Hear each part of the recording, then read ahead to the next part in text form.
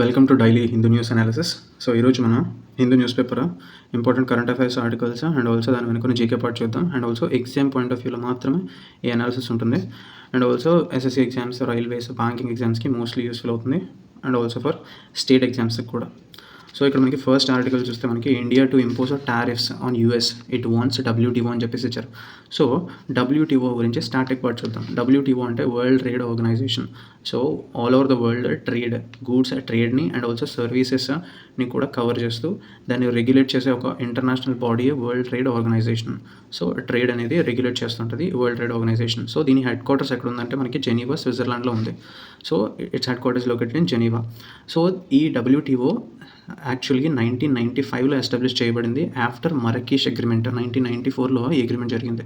So దీని తర్వాత 1995లో WTO అనేది ఎస్టాబ్లిష్ చేయబడింది. After Uruguay round of negotiations, ఒక 7 years పాటు ఉరుగ్వే రౌండ్ ఆఫ్ నెగోసియేషన్స్ అని జరుగుతాయి. సో ఆ నెగోసియేషన్స్ తర్వాత ఈ అగ్రిమెంట్కి వస్తారు, మరకీష్ అగ్రిమెంట్కి. సో దాని ద్వారా WTO అనేది ఎస్టాబ్లిష్ చేయబడింది. ఇంతకుముందు బిఫోర్ WTO కూడా ఈ ట్రేడ్ అనేది రెగ్యులేట్ చేయడానికి ఒక బాడీ ఉండేది. దాన్ని మనం GATT అంటాం. So general agreement on trade.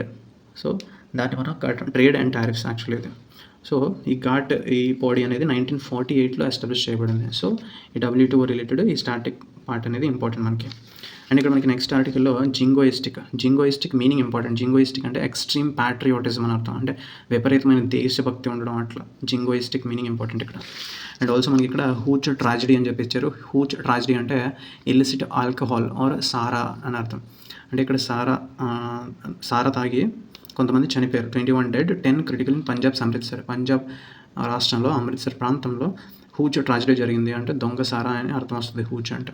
And ఇక్కడ మనకి next important article south west monsoon advances to Andaman sea. So already మనకి south west monsoon Andaman sea అని టచ్ అయింది అని చెప్తున్నారు.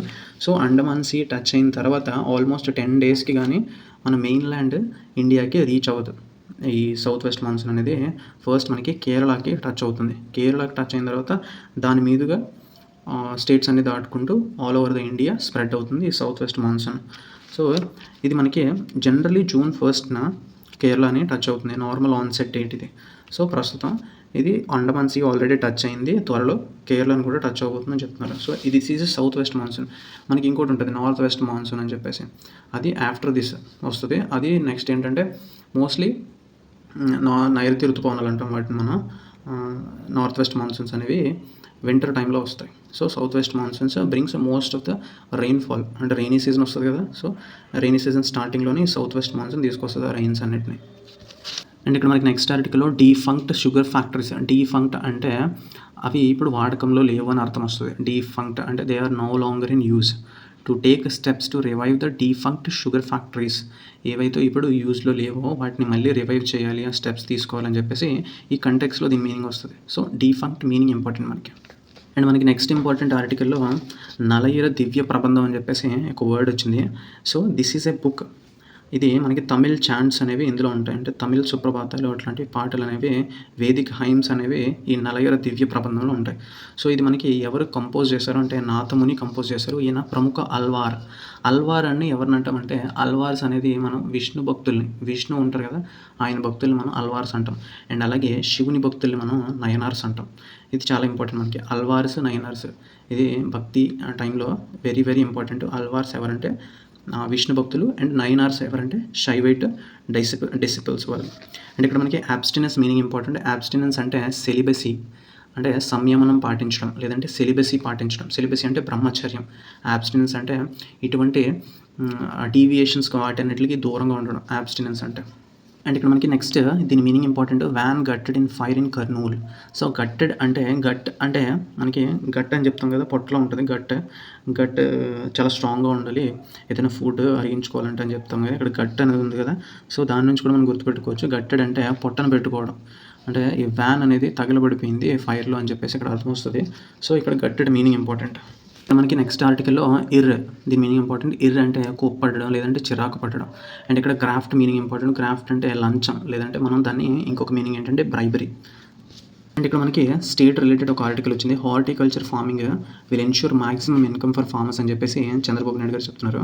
సో హార్టికల్చర్ ఫార్మింగ్ని ప్రమోట్ చేయాలి స్టేట్లో అని చెప్పేసి ఆ విధంగా మనం స్టెప్స్ తీసుకోవాలని చెప్పేసి చెప్తున్నారు. ఇక్కడ మనకి 24 హార్టికల్చర్ క్లస్టర్స్ అనేవి డెవలప్ చేయబోతున్నారు. అందులోనూ 11 ప్రయారిటీ క్రాప్స్ కింద తీసుకొని డెవలప్ చేయబోతున్నారు. ఆ 11 ఇక్కడ ఇచ్చారు. క్రాప్స్ ఏవైతే ఉన్నాయో అవి ఇక్కడ ఇచ్చారు. అండ్ ఇక్కడ మనకి ప్రస్తుతం మన స్టేట్లో 18 lakh హెక్టార్స్ అనేవి కల్టివేట్ చేస్తున్నారు హార్టికల్చర్. అండ్ ఇక్కడ మనకి గ్లోబల్ కోకో ప్రొడక్షన్ మీద మనం ఎక్కువగా ఫోకస్ చేయాలి. ఎందుకంటే global cocoa cultivation less than 1% ఇండియాలో జరుగుతుంది. సో దానికి మనకి మార్కెట్ క్యాపబిలిటీ చాలా ఉంది.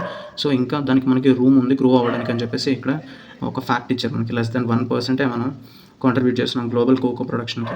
అండ్ ఇక్కడ మనకి ట్రైనింగ్ ఇవ్వాలి, క్వాలిటీ పోస్ట్ హార్వెస్ట్ ఎలా మెయింటైన్ చేయాలి, and also micro irrigation facilities మీద, అండ్ ఆల్సో క్రాప్ వాల్యూ ఎలా పెంచాలి, వాల్యూ యాడ్ ఎలా చేయాలని చెప్పేసి ట్రైనింగ్ అనేది ఇవ్వాలి. డ్రిప్ ఇరిగేషన్ సిస్టమ్స్ని ఫాలో అవ్వాలి, ఆటోమేషన్ ఎక్విప్మెంట్ని, అండ్ ఆల్సో వాటర్ ఆప్టిమైజేషన్ అంటే ఫెర్టిలైజ్ కానీ వాటర్ కానీ ఆప్టిమైజ్గా అంటే చాలా సస్టైనబుల్గా యూజ్ చేయాలని చెప్పేసి ఇక్కడ చెప్తున్నారు.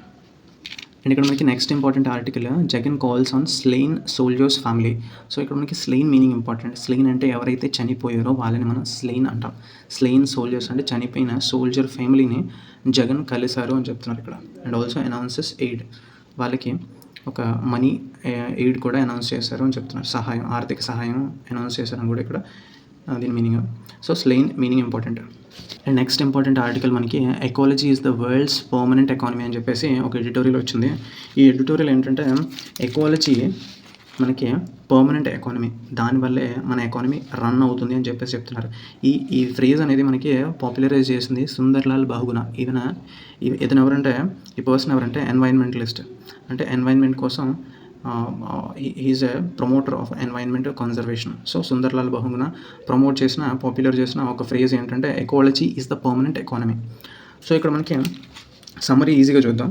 సో ఈ ఎకాలజీ అనేది రియల్ ఎకానమీ, మన సర్వైవల్ కానీ సెక్యూరిటీ కానీ మన ప్రోగ్రెస్ కానీ ఎకాలజీ మీద డిపెండ్ అయి ఉన్నది. అండ్ ఆల్సో మనకి సస్టైనబుల్గా ఈ ఎకాలజీని మనం యూస్ చేసుకోవాలని చెప్తున్నారు. సస్టైనబిలిటీ అంటే is nothing but finding the right balance between protecting the environment and also supporting economic development. ఒకవైపు ఎన్వైరన్మెంట్ ప్రొటెక్ట్ చేస్తూ అండ్ ఆల్సో ఎకనామీని డెవలప్ చేయడం అనేది. సో దాన్ని మనం సస్టైనబిలిటీ అంటాం. అండ్ ఇక్కడ మనకి పూర్వకాలంలో ఎలా ఉండేదంటే నోమాడిక్ లైఫ్ స్టైల్ మనం ఫాలో అయ్యేవాళ్ళం. అంటే మనకి ఎంత అవసరమో అంతే తీసుకునేవాళ్ళం. అంటే ఫ్యూచర్ మన పిల్లల కోసం ఎంతో కొంత సంపాదించాలి, ఎకాలజీని డిస్ట్రాయ్ చేసి మనం సంపాదించడం ఇలాంటి ఆలోచన లేదు. నోమాడిక్ లైఫ్ స్టైల్ ఉండేది. ఎంత మనకి అవసరమో డైలీ సర్వైవల్ నీడ్స్కి ఎంత అవసరమో అంతే తీసుకునేవాళ్ళం. కానీ ఇప్పుడు అలా లేదు. ఎంటైర్ కంట్రీ డిమాండ్ ఎంత ఉంది, ఎంటైర్ నేషన్ డిమాండ్ ఎంత ఉంది, ఎంత కావాలి ఇంకా ఎక్స్పాండ్ చేస్తూనే ఉన్నాం. ఆర్గనైజ్ చేస్తూ ఎక్స్పాండ్ చేస్తూ దాన్ని మనం ఎకాలజీని మనం ఎక్స్ప్లోర్ చేస్తూనే ఉన్నామని చెప్తున్నారు ఇక్కడ. అండ్ ఆల్సో ఇక్కడ మనకి ever intensifying cycle of human consumption and global competition. ఈ గ్లోబల్ కాంపిటీషన్ ఏదైతే పెరిగిపోతుందో, హ్యూమన్ కన్సంప్షన్ ఏదైతే పెరిగిపోతుందో, ఇది ప్లానెట్ ఎకో సిస్టమ్ మీద ఒక స్ట్రెయిన్ అంటే దెబ్బతీస్తుంది అని చెప్తున్నారు. And also nature based solutions అనేవి గ్లోబల్ కన్జర్వేషన్ ఎఫర్ట్స్లో మనం అడ్వకేట్ చేయాలి. అండ్ ఆల్సో ప్రమోట్ చేయాలి. నేచర్ బేస్డ్ సొల్యూషన్స్ అనేవి ప్రమోట్ చేయాలని చెప్తున్నారు. అవి ఏంటంటే బయోడైవర్సిటీని రీస్టోర్ చేయడం, క్లైమేట్ ఇంపాక్ట్స్ని మిటిగేట్ చేయడం అంటే తగ్గించడం, అండ్ ఆల్సో సస్టైనబుల్ డెవలప్మెంట్ని సపోర్ట్ చేయడం లేదంటే ప్రమోట్ చేయడం. అండ్ ఆల్సో మనకి నేచర్తో ఎమోషనల్ బాండ్ అనేది మనకు ఉన్నట్లయితే ఈ నేచర్ని మనం కాపాడుకోవచ్చు. సో ఆ హ్యూమన్ టచ్ అనేది ఈ ఎకాలజీ పాయింట్ ఆఫ్ వ్యూలో మనకు ఉంటే దాన్ని మనం కాపాడుకోవచ్చు, సస్టైనబుల్గా యూజ్ చేసుకోవచ్చు అని చెప్పేసి చెప్తున్నారు ఈ ఆర్టికల్లో. Next editorial in India education without employment అని చెప్పేసి హెడ్డింగ్తో ఇచ్చారు. సో ఫస్ట్ ఆఫ్ ఆల్ మనకి నేషనల్ ఎడ్యుకేషన్ పాలసీ 2020 రోల్అవుట్ చేసినా సరే అది మన ఎంప్లాయబిలిటీ మీద ఫోకస్ చేయట్లేదు అని చెప్తున్నారు. అండ్ ఇక్కడ మనకి ఏ ఆర్టికల్లో ఆగియన్ స్టేబుల్స్. సో ఈ phrase or idiom the meaning important. Augean stables అంటే the place which is very untidy లేదంటే ఫిల్తీ, మరీ చెత్తగా ఉన్న ప్లేస్ అని అర్థం చెప్పాలంటే ఆగియన్ స్టేబుల్స్. సో ఇక్కడ మనకి different commissions related to education, different commissions అనేవి మనకి ఎస్టాబ్లిష్ చేశారు. అవి ఎప్పుడంటే Radhakrishnan commission 1948 and also Kothari commission 1966 and officers commission 1985.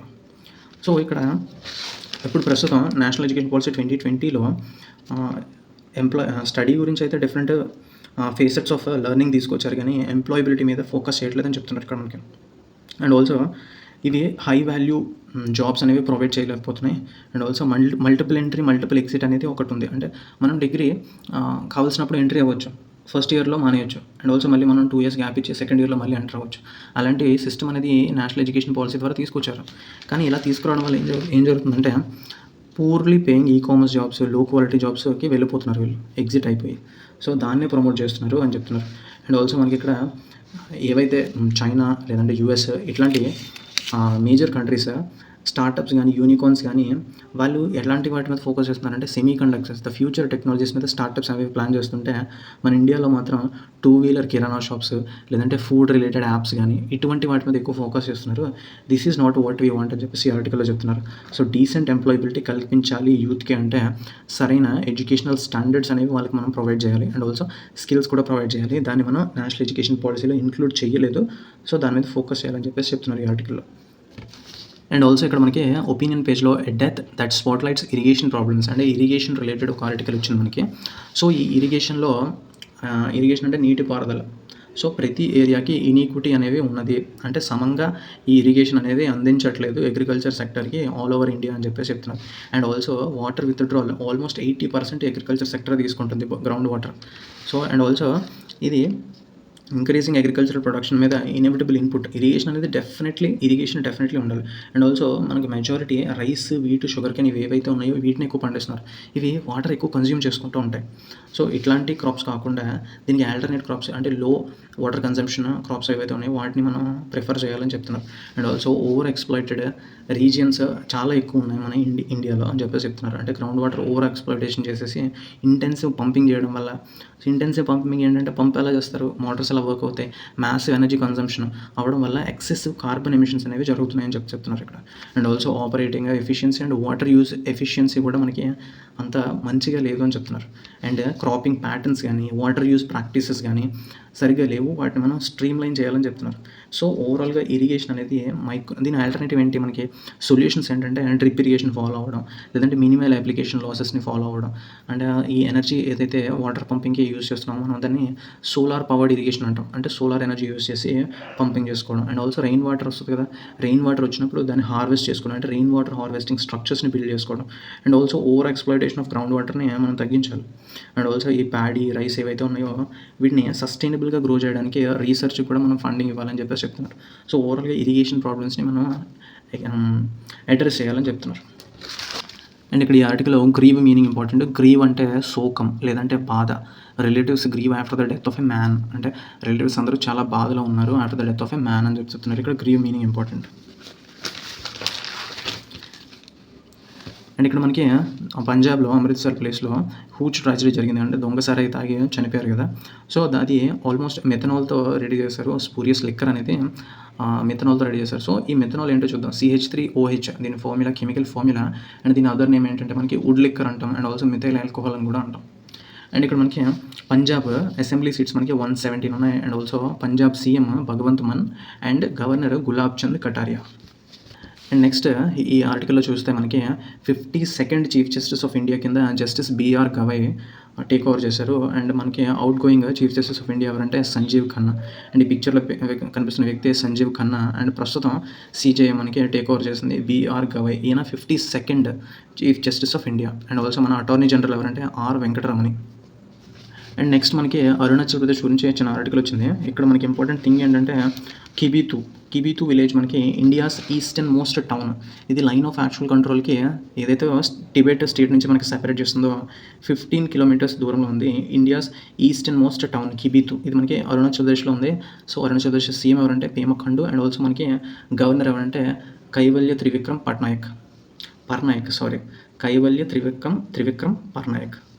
And next ఆర్టికల్లో మనకి ప్రైమ్ మినిస్టర్ మోదీ గారు ఆదంపూర్ ఎయిర్ బేస్, పంజాబ్లో ఉన్న ఆదంపూర్ ఎయిర్ బేస్ ఇది 100 కిలోమీటర్స్ డిస్టెన్స్లో ఉంది పాకిస్తాన్ బార్డర్కి. ఈ ఆదంపూర్ ఎయిర్ బేస్ని విజిట్ చేశారు నరేంద్ర మోదీ గారు అని చెప్తున్నారు. అండ్ ఈ ఆదంపూర్ ఎయిర్ బేస్ మనకి India's second largest air base.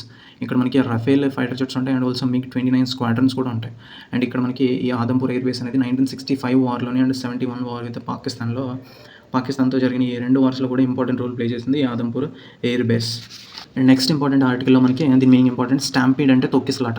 So గోవాలో స్టాంపీడ్ జరిగింది, తొక్కిసలాట జరిగింది. అండ్ ఆల్సో ఏ ఫెస్టివల్లో అంటే లాయ్ రాయ్ జాతర ఫెస్టివల్.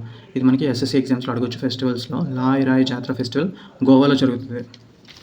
అండ్ నెక్స్ట్ ఇది మనకి బ్యాంకింగ్ ఎగ్జామ్స్కి important current affairs. LIC increases holding in bank of India to 8.38%.